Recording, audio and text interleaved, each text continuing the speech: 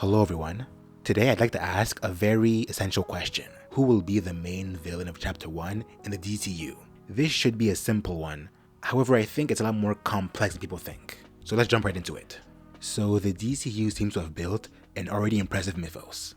As James Gunn said, there seems to be a struggle between three main factions: the government, corporations, and vigilantes. By vigilantes, he mainly means the ones who are completely independent and who don't associate with anyone else. By corporations, he seems to mean the companies who have a very strong hold on the political and economic side of America. Your Wayne Enterprises, your Luther Corp, and of course your Lord Techs, with the last one having its own superhero team, the Justice Gang. And of course, you have your governments. Governments like the UN or the American government who feel like they're losing control of this brave new world, and for that reason may try new tactics to seize control again. And I think it's here that the next big bad is laying dormant. The DCU seems to want to tell its own story. However, I do believe that the two biggest inspirations is where we find the villain of Chapter 1. Those two inspirations being the New Frontier and Justice League Unlimited. JSU is legendary. It is a big part of my childhood, and this show is probably one of the best representations of DC characters ever. But more interestingly, many players in the JLU seem to already exist within the DCU.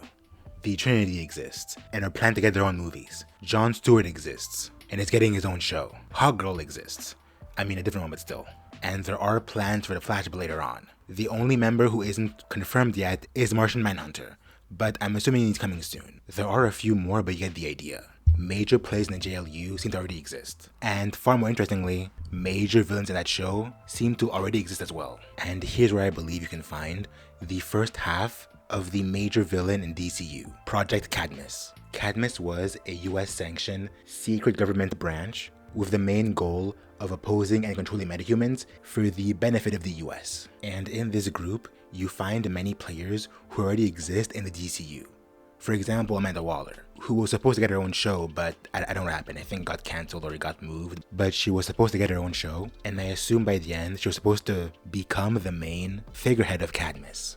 Another major player is Lex. A Lex that was supposed to be reformed and running for office. And considering that Men of Tomorrow will have him as a main character who will help Superman fight the main villain, he's going to regain favor with the American people, enough so that he can run for office. Also, by the way, if you haven't, watch JLU, it's peak. In short, Project Cadmus would be the main villains of the DCU Chapter 1, and they would come in conflict with many other groups, but not the Justice League, not yet. By groups, I mean the Justice Gang, hopefully in the future, Justice League International, and others. And the main focus will be on the struggle between these different groups fighting for control. As I said just now, I don't believe that the main Justice League will actually be around until the very end.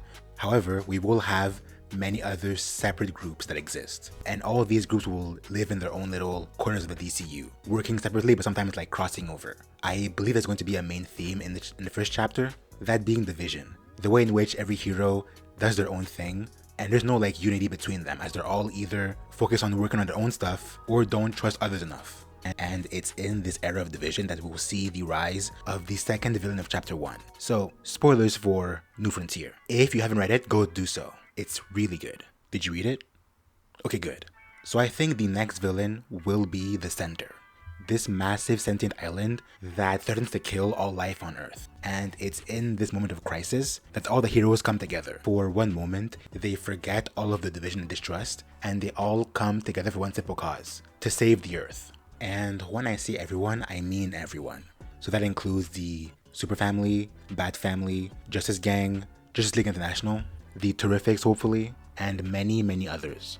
And it's only after that the threat is gone that they realize the only way to secure the Earth's safety is to work together. And here's where we get the actual Justice League, this time more akin to Justice League Unlimited. And that would be the end of Chapter 1. I do realize I may be completely wrong here, but I just really enjoyed talking about this. It was really fun.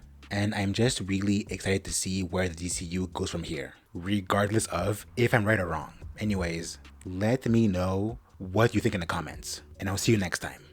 Peace.